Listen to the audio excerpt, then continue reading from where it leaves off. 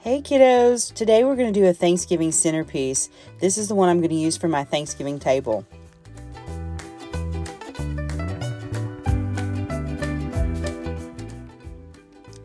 Here I am, I'm using 6 pieces of floral foam. You can get these at Hobby Lobby, Walmart, even Dollar General or Dollar Tree has them. I think they're more economical if you buy them from Hobby Lobby in the pack, and then you can use your 40% off and get, I think there is 6 for around $3 if you use your 40% off. You find them over in the floral section. Here I'm just hot gluing them together, and you could use wire to wire them together if you wanted to. I covered the whole thing, the top and the sides, in moss, which is kind of messy. You can't see that I covered all of it here, but in the end you'll see it. I'm showing these picks that I got. The first ones were Dollar Tree picks that I got, and I just put 2 of those burgundy bushes together. The second ones were the orange. The second ones were the orange bushes I got from Walmart, and I got 2 of those, and they were $3 each. I also got white and burgundy. Both of those came from Dollar Tree. These burgundy picks, those came from Dollar Tree, and as also did these blue ones back in the spring. There's the covered pumpkins that I did from the video that's a couple of videos down, and it'll show you how to make those covered pumpkins. They're just out of those Dollar Tree pumpkins. What I'm doing now is I cut all my bushes apart. I know ahead of time pretty much how many I'm going to need. So there are 4 bushes in this part, the 2 burgundy and then the 2 cream colored mums. And what I do is I just start spreading them out and separating them. I try to not get too many of one light color in an area. So if I put one on one end, then I put one on the other end. And I just kind of work my way back and forth, varying the heights. Now I'm going to show you putting in these orange ones.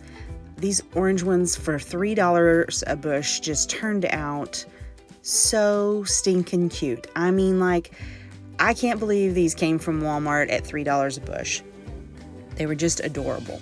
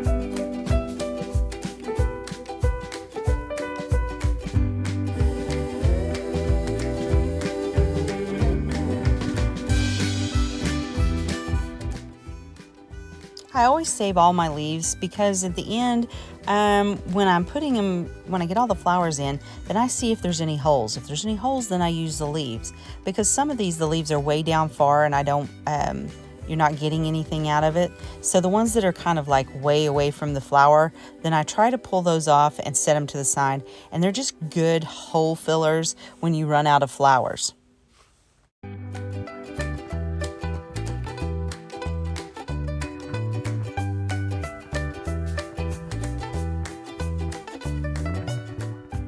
You can see that I don't have the pumpkins in there. I'm just using them for placement right now.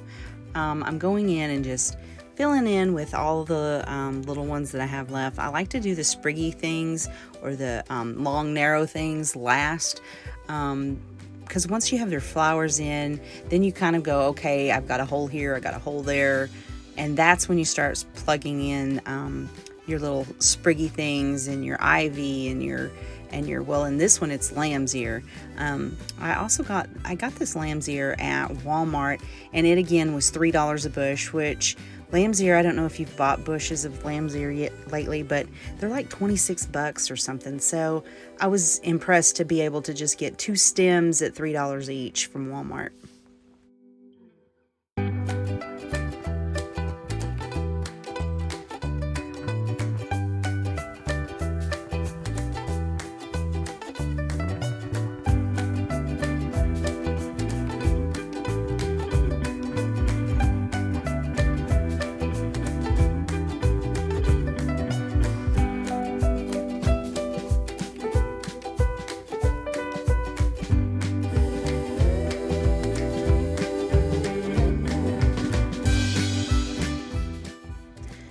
here's what the lamb's ear looks like, and I've already taken it off of the stem so that I'm just using the leaves, and there's part of the stem, I'm sticking it down in there.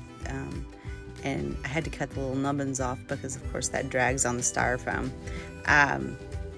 But the ones that are loose, then I just take those and eventually glue them around on their own separately. I like to just fill holes with the lamb's ear, basically is what I did.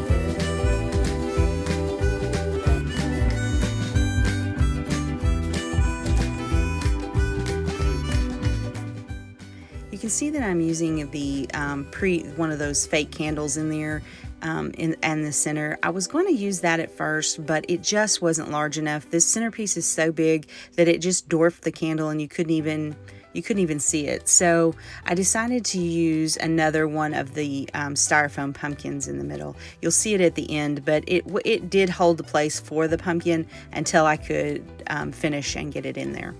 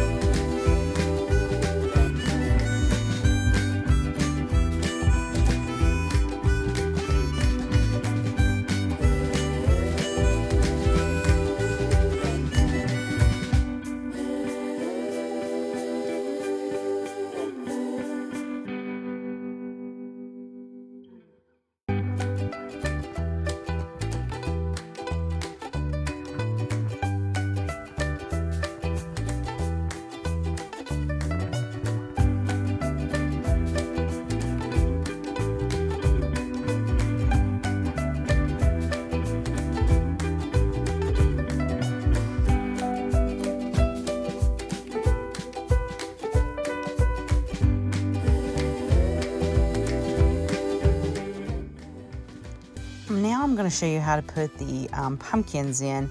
I showed you how to make them in the video below. You can go and watch that video.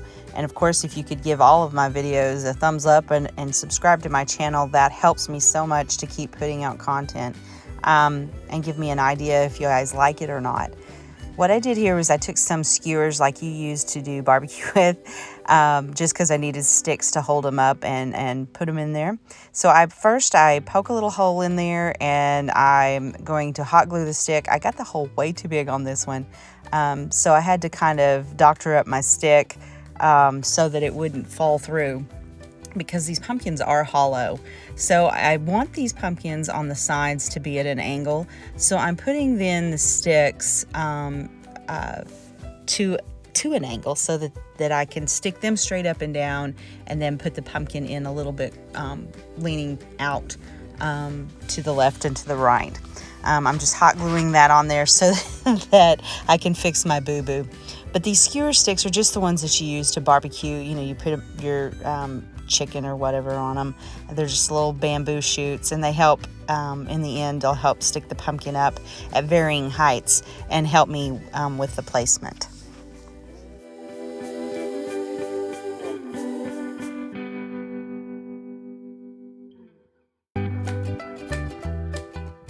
Now I'm just going to make a little bow out of twine, and all I did was just wrapped it around my fingers about 6-8 times, and then in the middle, pinched it off in the middle and tied a string around it, and it made a cute little looped bow, and I put one on each one of the pumpkins. Sometimes simple is the best, especially when you already have all of these other elements involved.